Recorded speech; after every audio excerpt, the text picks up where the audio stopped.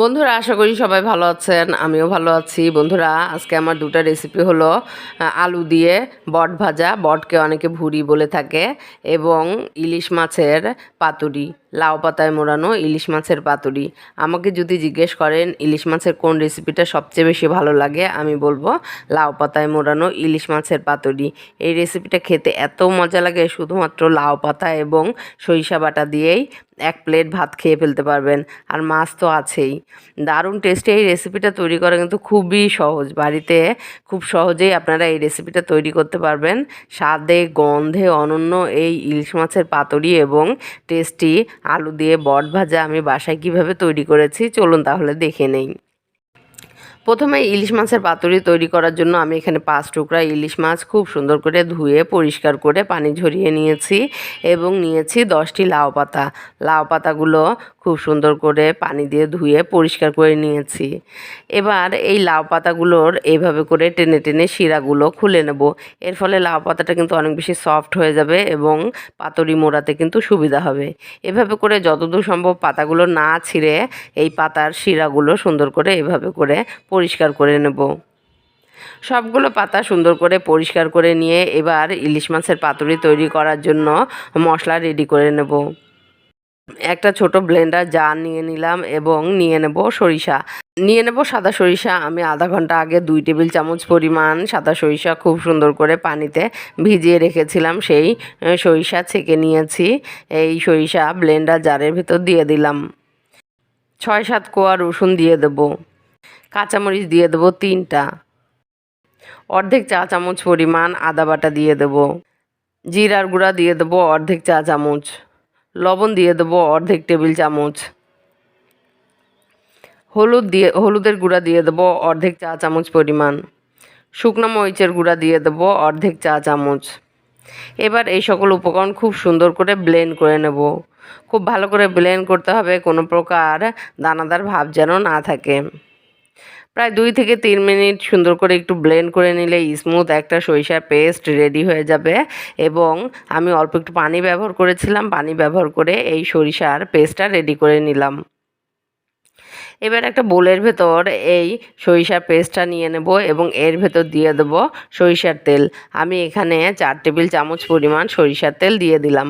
সরিষার তেল খুব সুন্দর করে মিক্স করে নিয়ে এবার আমাদের পরিষ্কার করে রাখা মাছগুলো নিয়ে নেব এবং মাছগুলো এই মশলার ভিতর দিয়ে খুব সুন্দর করে মাছের সঙ্গে মশলা মাখিয়ে মাছগুলো ম্যারিনেট করে রাখবো। এভাবে করে সুন্দর করে মাছগুলো মাখানো হলে আধা ঘন্টা খুব সুন্দর করে মাছগুলো ম্যারিনেট হওয়ার জন্য ছেড়ে দেব। এই সময়ের মধ্যে আমি আলু দিয়ে বট ভাজাটা রেডি করে নেব। এই জন্য আমি একটা বোলের ভেতর 1 কেজি পরিমাণ বট খুব সুন্দর করে ধুয়ে পরিষ্কার করে নিয়েছি। হাফ কেজি পরিমাণ আলু এভাবে করে সুন্দর করে কেটে নিয়েছি। যেহেতু আজকের বটটা আলু দিয়েই তৈরি করব, তাই আলুর পরিমাণটা একটু বেশি নিয়েছি। হাফ কেজি পরিমাণ আলু এভাবে করে কেটে ধুয়ে পরিষ্কার করে পানি ঝরিয়ে নিয়েছি। 2 কাপ পরিমাণ পেঁয়াজ কুচি করে নিয়েছি। একটা বোলের ভেতর বট রান্না করার জন্য মশলা রেডি করে নিয়েছি। এখানে নর্মালি যেগুলো মশলা আমরা মাংসে ব্যবহার করি, আদা বাটা, রসুন বাটা, অর্ধেক টেবিল চামচ পরিমাণ জিরার গুঁড়া, ধনিয়ার গুঁড়া, গরম মশলার গুঁড়া, হলুদের গুঁড়া, শুকনো মরিচের গুঁড়া, এগুলো সব অর্ধেক চা চামচ পরিমাণ, এবং লবণ দিয়েছি অর্ধেক টেবিল চামচ পরিমাণ। 3টা কাঁচামরিচ মাঝখানে চিড়ে দিয়ে দিলাম এবং 2টা তেজপাতা এভাবে করে টুকরো করে নিয়েছি।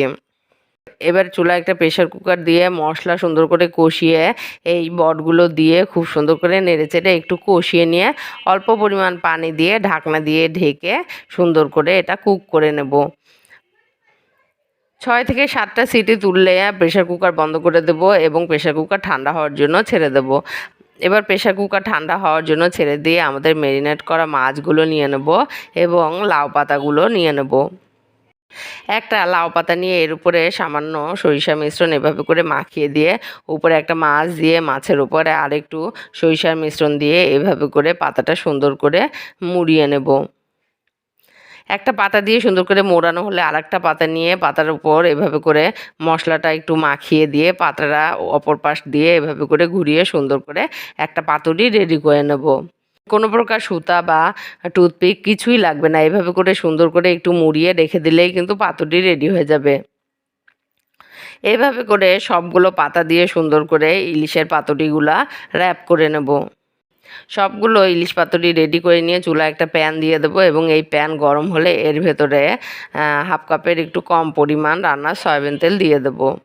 তেলটা গরম হলে চুলার ফ্লেম একেবারে লো করে দিয়ে আমাদের রেডি করে রাখা পাতুরিগুলো প্যানের ভিতর দিয়ে দেব এবং সুন্দর করে একটা ঢাকনা দিয়ে ঢেকে পাতুরিটা লো ফ্লেমে কুক হওয়ার জন্য ছেড়ে দেব।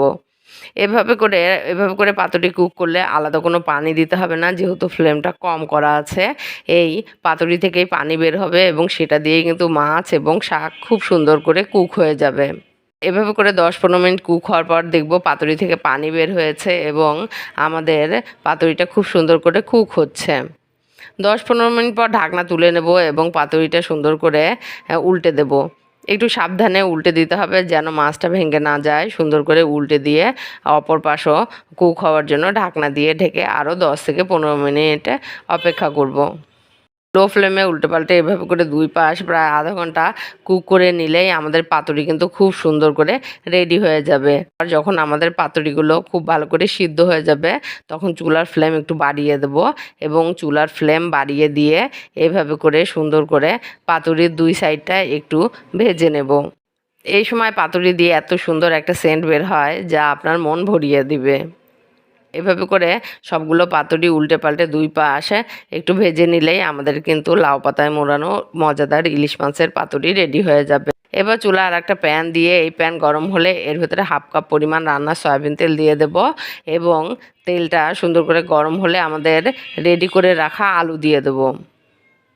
3টে কাঁচামরিচ মাঝখানে চিড়ে দিয়ে দিলাম। দিয়ে দেবো অর্ধেক চা চামচ পরিমাণ লবণ। এবার মিডিয়াম ফ্লেমে সুন্দর করে অনবরত নেড়ে চেড়ে আলুটা ব্রাউন কালার করে ভেজে নেব। এর ফলে আলুর মধ্যে যে কাঁচা ভাবটা রয়েছে সেটা কিন্তু চলে যাবে। নাড়াচাড়া করতে করতে আলুটা এভাবে ব্রাউন কালার হয়ে যাবে তখন আমাদের প্রেশার কুকারের ভেতর কুক হওয়া বট এই আলুর মধ্যে ঢেলে দেব এবং নেড়ে চেড়ে সুন্দর করে ভাজতে থাকবো। এভাবে করে ভাজতে ভাজতে আমাদের বটের ভেতরে যে পানি রয়েছে সে পানি কিন্তু একেবারে শুকিয়ে যাবে এবং সুন্দর করে ভাজা ভাজা হতে থাকবে।